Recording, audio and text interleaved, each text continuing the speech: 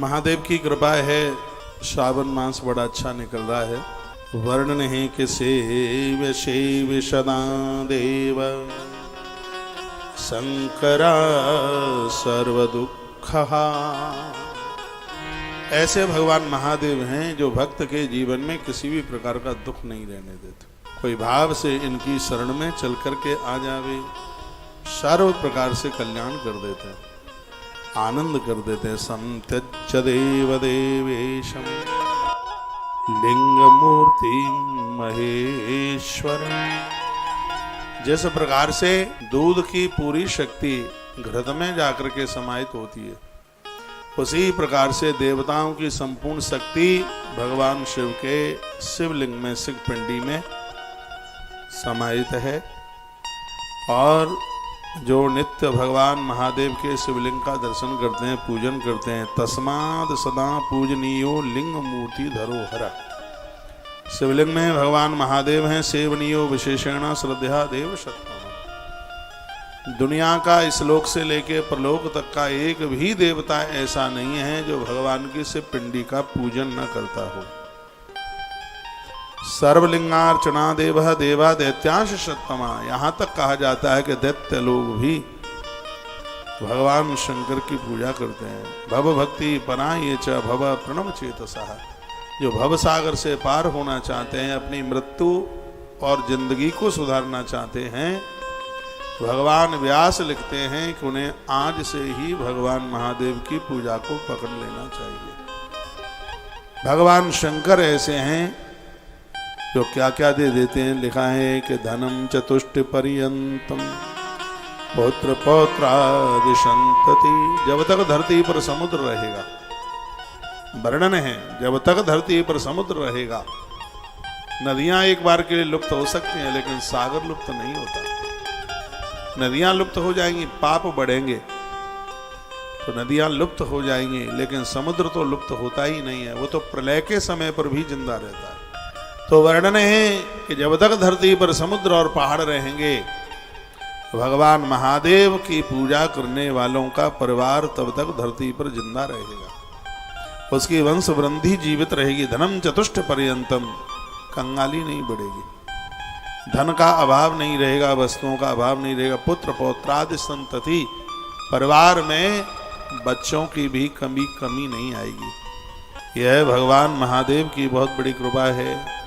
जो लोग बहुत ज़्यादा बीमार रहते हैं, और मैंने पूर्व में भी बोला है, दूध में थोड़ा सा सरसों का तेल मिलाकर हर शनिवार के दिन 250 ग्राम दूध भगवान शिव के ऊपर चढ़ा दीजिए। समी पत्र और डालने, उसमें आरोग्यता मिल जाएगी। कि श्लोक बोल रहा हूँ, आरोग्यम च शरीरम च प्रतिष्ठा चापि लौकिकम। जो यदि स्वस्थ रहना चाहते हैं, ग्रहों की मार से बचना चाहते हैं, उन्हें नित्य भगवान महादेव की पूजा से जुड़ करके रहना चाहिए, क्योंकि शिव के बिना कुछ भी नहीं। हमने तो इतने ग्रंथ पुराण, ये सब उपनिषद स्मृतियां पढ़ करके पता लग गया है, जब कोई नहीं था तब भगवान महादेव थे, और जब कोई नहीं रहेगा तब महादेव ही रहेंगे। इनके बिना कुछ भी नहीं है। ब्रह्मा को भी प्रकट यही करते हैं, विष्णु को भी यही प्रकट करते हैं, और रुद्र देवता को प्रकट करने वाले यही है। ये 3 क्रिया है इनकी। ब्रह्मा बनकर सृजन, विष्णु बनकर पालन, और रुद्र बन करके ये इस धरती का संहार उद्धार करते हैं। तो आरोग्यम च शरीरम च, इस शरीर की निरोगता आप चाहते हैं तो भगवान शंकर की पिंडी को नित्य स्पर्श कीजिए। अभी तो इनके बिना मत रहिए। सुखम बात्रसालयम, 10 दिशाओं में भगवान शंकर की कृपा से वाक्चंत महाभागा सुखम बात्रसालयम। वो लोग बड़े बड़भागी हैं, महाभाग्यशाली हैं। अंते मुक्त फलम चैव भक्तिम बा परमेश्वरा। जिंदे जी तो सभी भोग मिल जाएंगे, और मरने के बाद भगवान का दरबार, ठाकुर जी के चरण मिल जाएंगे, मुक्ति मिल जाएगी। ऐसी कृपा भगवान शिव की है। तस्वै सबला सिद्धि न स पापे प्रमुच्यते। महादेव की पूजा करने से साधना में सिद्धि मिल जाती है, और संपूर्ण पाप जल करके राख हो जाते। मेरा निवेदन है, आप मेरी बहुत बात मानते हैं तो इतनी सी और मान लीजिए, अपने घर में नर्मदेश्वर रखिए। घर में और भी कोई शंकर जी की प्रतिमाएं रखी रहने दीजिए, कोई दोष नहीं।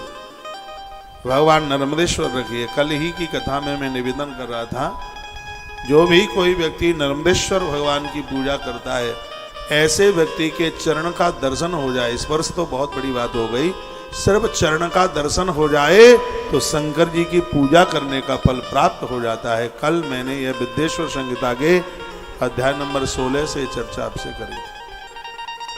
भगवान नर्मदेश्वर की बहुत बड़ी महिमा है। ऐसे भगवान नर्मदेश्वर ही तो हैं जिनके ऊपर चढ़ा हुआ प्रसाद आप सभी भक्तों को लेने का अधिकार है। इतना प्यारा श्लोक है, योर्चये शिवलिंगम वै नित्यम भक्ति परायण।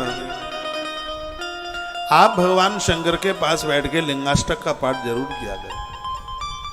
भगवान शिव के जितने भी स्तोत्र हैं सबका पाठ करने का फल प्राप्त हो जाता है लिंगाष्टक का पाठ करने से।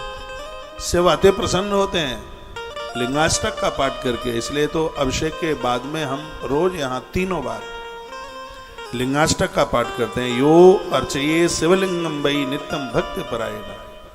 तो शिवलिंग के पास में कोई भी स्तोत्र बोलते हैं उनकी वाणी सिद्ध हो जाती है। वो वाणी से जो बोलते हैं वह पूरा हो जाएगा। शिव के सानिध्य में किया गया जब तब प्रभावकारी हो जाता है, बहुत प्रभावशाली हो जाता है। तस् वही सफला सिद्धि, उनकी सिद्धि सफल हो जाती है। न स पापे प्रमुच्यते, और वह लोग पाप में नहीं लगते। ऐसा वर्णन है, ऐसी महिमा है। तल्लिंगम अर्चे नित्यम येन केनापि हेतुना तस्माद् ब्रह्मन् सुरः सर्वः सर्वकाम फलिप्सयः। अरे कोई तो बात होगी, इसलिए संपूर्ण देवता भगवान शिव के शिवलिंग की पूजा करते हैं।